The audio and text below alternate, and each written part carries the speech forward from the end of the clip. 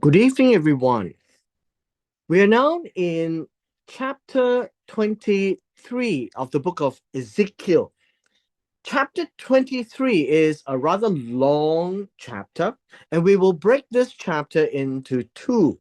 We will take the first half today, but it is very important that we bear in mind the context and the background of this chapter. It says here, the word of the Lord came again to me, saying, and as usual, we have lost the and then in front, just to indicate that this is a new prophecy. It's not a continuation of the one before. Now, how long thereafter, we are not told. So let us not worry too much about that. The word of the Lord came to me, and this is an audible instruction from God. And it begins this way. It says, son of a man, not just son of man, son of a man or son of Adam. There were two women, the daughters of one mother. And this is where we want to spend some time on the background on some of these things. First of all, be aware that God is using symbolic language, not difficult symbolic language, but very much related to Israel. Now, understand this. If you remember the history, it always begins with Egypt. And from Egypt, they came out and they were one nation. And then later on, they had kings, and then they were split into two nations. And then we have the house of Israel, and then we have the house of Judah, the north, and then the south. This is what we're talking about in this passage. The arrival of the split kingdoms. I think that is something which we all must remember. And so it speaks about two women, and they were two daughters of one mother. And so, just by symbolism and comparison, the nation of Israel that came out of Egypt is the mother. And this would be daughter,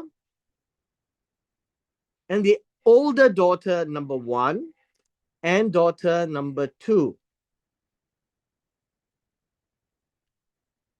The older or the bigger daughter is because there were 10 tribes here.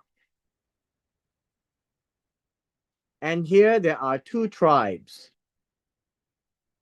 And so just remember, this is the entire context of chapter 23. So let's continue on. It says here, they, both the daughters, committed harlotry in Egypt. They committed harlotry in their youth. Their breasts were there embraced, their virgin bosom was there pressed. Now, these are all charges against the two daughters. Now, understand, the two daughters came later. The mother came first. So, understand the context. First of all, they played harlot in Egypt. And so, within the nation of Israel were two daughters, and they began from Egypt. And that would be idolatry. And today's chapter is all about idolatry. And idolatry is something which we seldom associate Israel with, actually. But I think we need to be now very mindful that idolatry started when they were in Egypt. Why? Because Egypt has lots of idols. But we don't we don't have much narrative in the book of Exodus regarding idolatry, uh, but it is carried out all the way into the times of the two kingdoms. This idea of harlotry, and I want us to be very mindful, committed harlotry is actually the idea of idolatry. It's just using an alternative word, a symbolic word, because it is like treating Israel and the two daughters as women, and they had many husbands, or they went to solicit from other men. And that in itself is harlotry. But it is not physical harlotry in the way that we would understand it. And so it is symbolic of harlotry, where Israel and the two daughters actually allowed other men to fondle her. And so these are very descriptive words. In verse 3, for example, their breasts there were embraced. And this word embrace here literally means were manhandled. I think this would be a better word to use. They were manhandled. The second word here would be in the PL, a more intensive form of doing something. And so the idea of press or squeezed would be a good way of expressing what happened to the A and B. They're both talking about the same thing, and the daughters allow them to be touched by other men. Well, they allow themselves to be manhandled. They allow themselves to be sexually assaulted. And here comes the introduction of their names. And so names are important in the Hebrew culture as well as our Asian culture. It's an Eastern thing. And so names actually depicts the character. Names are specifically chosen to demonstrate the personality of the two women. So we find here the first is Aholah. Now this word here, Aholah, is the first. Let me use a different color. Oholah the elder, Oholibah her sister. And they were mine. They bore sons and daughters. As for their names, Samaria is Oholah, Jerusalem is Oholibah. And so uh, let us then explain this a little bit. First of all, both these words, Oholah, Oholibah, they come from a root, Ohel, which is tent. And so the first daughter is Oholah. And the second daughter is Oholibah. Right? The B is a V sound. And since it's the 10th, so the first one basically says it is a tent in her. This is a tent, and this means a tent in her. And what does this mean? It's very symbolic, actually. The symbolism is here. This would be in Shiloh, because the tabernacle was in Shiloh, and the second one is in Jerusalem. both have tents in her. And so Oholah, the elder, would be the northern kingdom.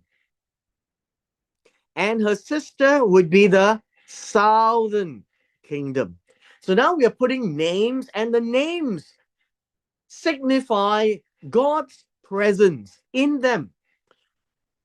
In both the north and the south, they both had at a period of time the tent of God. And then God says, they were mine, they belong to God. Right? This is the meaning. They belong to God. And as Israel was a holy nation, the two daughters were very much a part of the mother. So they are not daughters as in physical daughters, they are daughters as in symbolic daughters. That the one nation became two nations. The one mother in Egypt who was practicing idolatry became two daughters because the address would be to Israel and Judah. And so her names were these. So understand that these names mean something. Samaria is the capital of the house of Israel.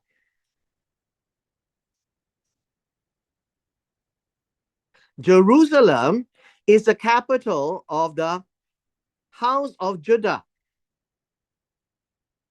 And in so doing, the names of the capital, like this, Samaria, represents the northern kingdom. Jerusalem represents the southern kingdom. So it is both the capital and both as a name representation of the kingdom. And by calling them Oholah and Oholiba, these are very intimate names. The intimate names literally tells them that God was in their midst in both the tabernacle in Shiloh and in the temple in Jerusalem. And in so doing, signifies that they belonged to God. And they had many sons and many daughters, and that these will be more literal in the sense that there are many children of Israel, and both sons and daughters. The character is a different thing altogether. Now, in chapter 23, like in chapter 22 and 21, it is pointing out why God is upset with them and very angry with them and sending judgment upon them. There was about the nation in chapter 21. Yesterday in chapter 22, we talked about all the crimes and sins that they disobeyed God in the most basic commandments to take care of each other. And now in chapter 23, God raised an additional anger. And this is directed towards their practice of idolatry. And so as we come to these three chapters, it should not cause us to be surprised as to why God is angry with them. Because if you were God looking at Israel this way, you too will be very angry. And so God told Ezekiel to point out that this is what's happening. You belong to me, but you went to other men, committing harlotry, committing adultery in a, what we call it, to chase after other gods. Very clearly in the Ten Commandments, in Exodus chapter 20, God says, you shall have no other gods before me. I am the God who brought you out of Egypt. As they progress, they never actually forgotten the other idols, not only in Egypt, but in Canaan itself. So let's continue. The first direction of anger and complaint. The word of the Lord is always about issues. And this first issue is regarding Oholah, the northern kingdom. Says that she played the harlot even though she was mine. Now, in the idea of a marriage, so this is a symbol of a marriage. In the Eastern form of a marriage, the man is the husband, and the man marries a woman, and the woman belongs to the man. That is the background of Hebrew and Eastern marriages. And obviously, the man can marry more than one woman. And in this case, God used the symbol of a mother and then the symbol of two daughters. So when you say she was mine, basically says that we are married. She's my wife. And because of that, God is now chiding her, disciplining her in the sense that since you are mine, you belong to me, you must listen to me. But then we are told in verse 5, she lusted for her lovers, the neighboring Assyrians. Now, verse 5 basically tells us that this idea of lusted for her lovers is only, how should we say, she really desired the love. Uh, she desired the love of others, which means that each of these women had other men. And so first we talk about Oholah, and then we talk about Oholibah or Oholiva. And God charged her for going after the Assyrians, to like the Assyrians, to go together with the Assyrians, and to worship the Assyrian gods. And then they said they were clothed in purple, captains and rulers, all of them desirable young men. These are not talking about Assyrians themselves, but Assyrian gods. And so we're talking using poetic language. They're like horsemen riding on horses, using human language, human examples, as if this woman is a young, uh, beautiful woman interested in young, strapping lads. That is the picture that's being painted. And thus she committed her harlotry with them, all of them choice men of Assyria, and all of whom she lusted with all their idols, she defiled herself. The idea of defiling herself is to make herself unclean. As you can see, when anyone comes to God, she has been clean. And so she is unclean because they had God, the God of Abraham, Isaac, and Jacob. And then they have other gods. And these ones are from Assyria. And so that is what this passage is talking about: men, other men.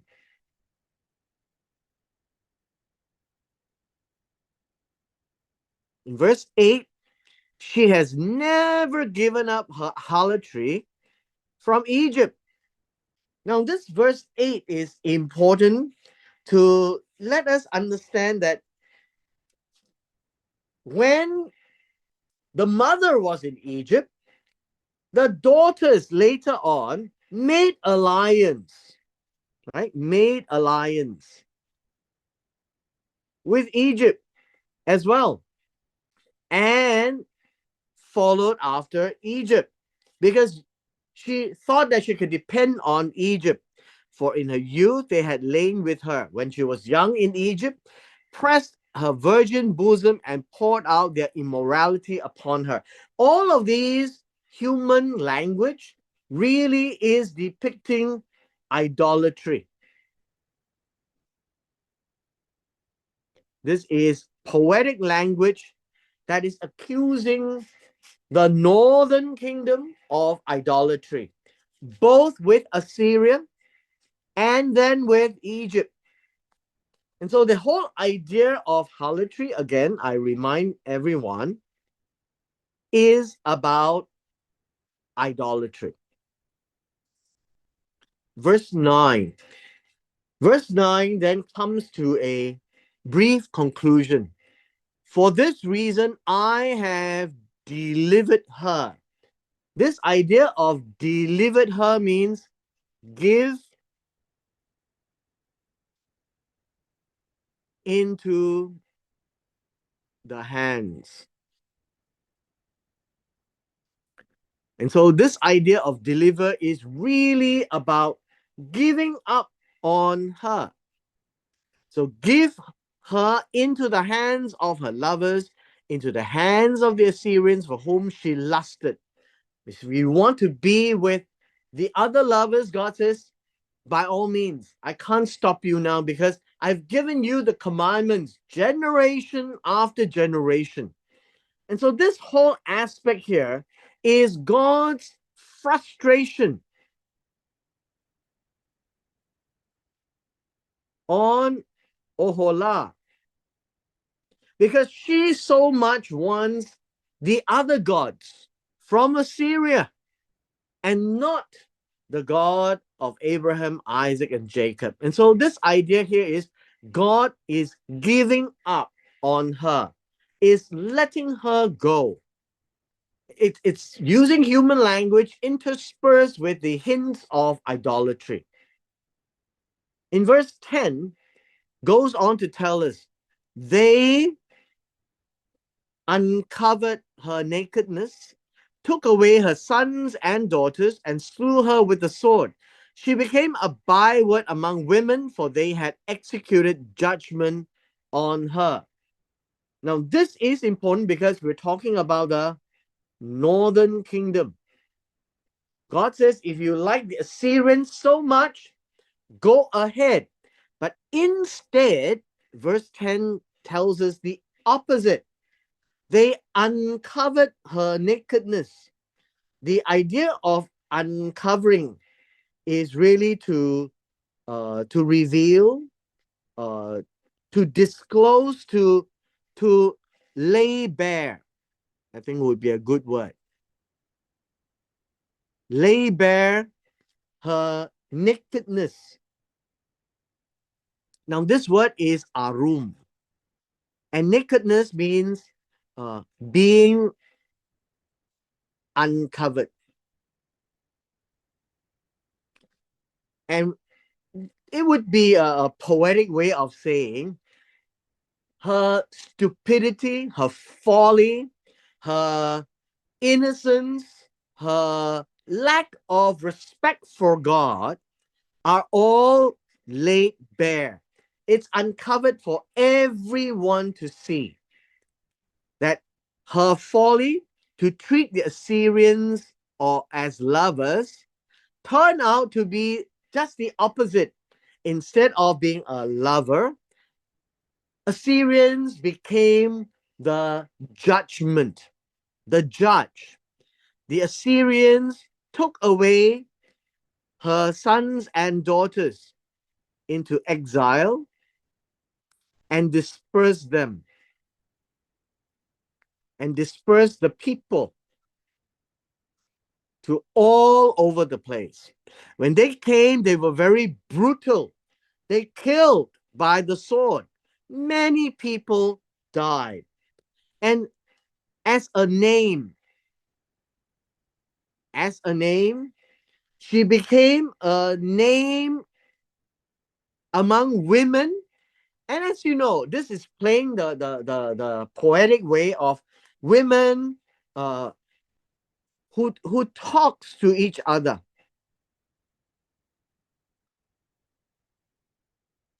And they would refer to Israel, Oholah, the northern kingdom, as something to mock, to be surprised.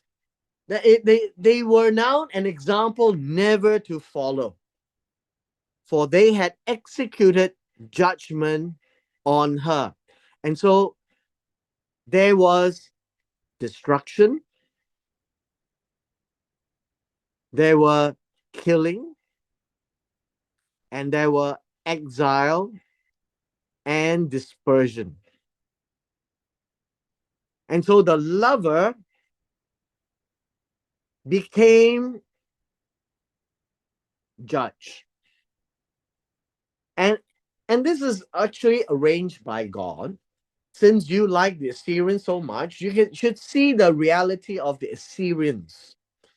And this idea of uncovering her nakedness literally is to expose her stupidity, expose her folly. When she had a good husband in Jehovah, she had gone after other gods. And women can see this and laugh at her. She became a name to be used for negative ideas. That is the first 10 verses. We come to verse 11, the next passage. Verse 11, this is and then. We come to the next sister, the southern sister.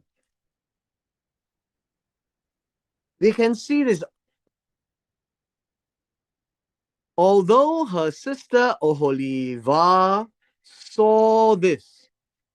So understand that Oholibah is Jerusalem and it is the southern kingdom. The southern kingdom saw what was in the first part described as executing judgment on Oholah. This would be the Assyrians, who came and slaughtered them, destroyed the land, and took them into exile and dispersed them. She became more corrupt in her lust than she. Now, the lust here is to desire other gods. And so here she became, in a way, more corrupt in lusting after other gods, and in her adultery, more corrupt than her sister's harlotry. So, in comparison, Oholibah was worse than Oholah. That is what is being said here. And the charge was that even after seeing the consequence of what Oholah did, she became more corrupt in her idolatry. So remember, this word refers to idolatry. And so we're still talking about idolatry here. She lusted for her neighboring Assyrians, captains and rulers, clothed most gorgeously, horsemen riding on horses, all of them desirable young men. Using human language, that Oholibah is interested also in the Assyrians, strapping young lads, very handsome men, and that kind of a language. But basically, interested in what the Assyrians had. Now we see in verse 13. Then, and this would be, and then, I think this is something which we have to pay attention to. And then I saw that she was defiled both the same way. This word defile is unclean, meaning idolatry. They have been infected with idolatry. And when they go and play with idols, they cannot approach God because that would be unclean. But both took the same way. Both Oholiba and Ohola went to serve other gods and then came back to serve Jehovah. And so that would be unclean, and that is terrible. That would be terrible. We continue in verse 14. But she increased her harlotry. This would be added. She added to her idolatry. She looked at men portrayed on wall, images of Chaldeans portrayed in vermilion. Now, vermilion would probably mean something that is bright colored, maybe red, right? Bright colored, very colorful idols also inscribed on the wall. So if you recall in Ezekiel chapter 8, when God showed Ezekiel going into the walls of the surrounding buildings and rooms, they saw many pictures on the walls. So think of it this way, that they actually not only went to have altars, they did more of it, and within the confines of the temple. It tells us that these were Chaldeans, and basically you think of it as Assyrian or Chaldean images. Chaldeans would be the Babylonians, uh, pagan idols, girded with belts around their waists, flowing turbans on their heads, all of them looking like captains, in the manner of the Babylonians of Chaldea in the land of their nativity. So, what we have here is an addition. First, the Assyrians, then the Chaldeans, which are the Babylonians. You would find that the Southern Kingdom not only had tried to make friends with the Assyrians, they also paid tribute to Babylon. And as they paid tribute, they also imported their idols. And that is what is being discussed right here. As soon as her eyes saw them, she lusted for them and sent messengers to them in Chaldea. The charge here was that Oholiba, she saw the idols of Babylon and wanted it. That's basically what we are told in verse 16. Her desire was incredible. This is an affection that is like doting for someone that I guess you can say that she lusted. So this is the kind of a desire. And this is towards idols. So remember, all these language is about idols. Oholiba loved the Babylonian idols. We continue with verse 17. And then the Babylonians came to her into the bed of love. And this is human poetic language to talk about. They engaged in intimacy and they defiled her with her immorality. And so she was made unclean and alienated herself from them. Now, this word in verse 17, as alienated, uh, I guess you could say that they went to serve these gods, right? They went to serve the Babylonian gods.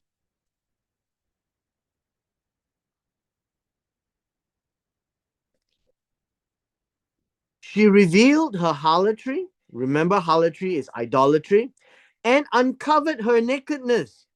And in this uncovering of nakedness or disclosing her nakedness was that this harlotry, the idolatry, was done in secret.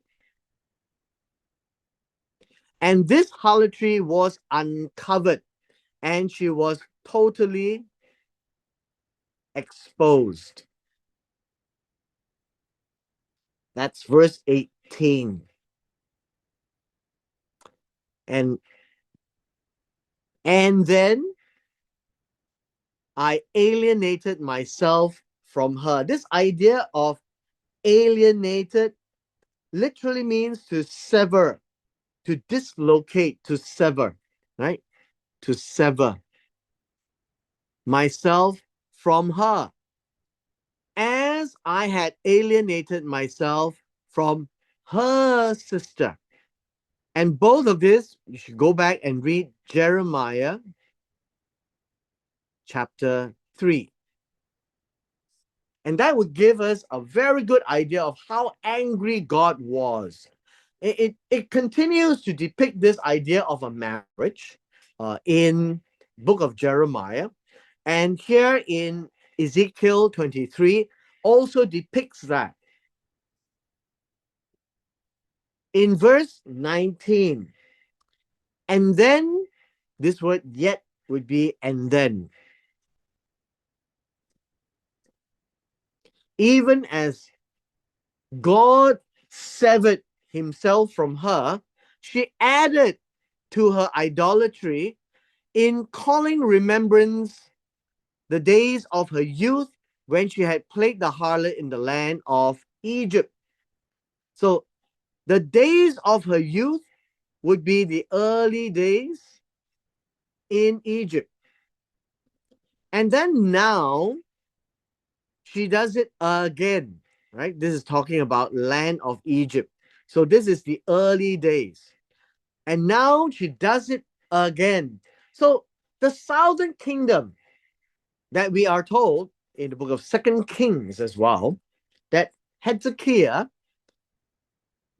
was the king, and he had actually attempted to deal with Egypt, to seek the help of Egypt.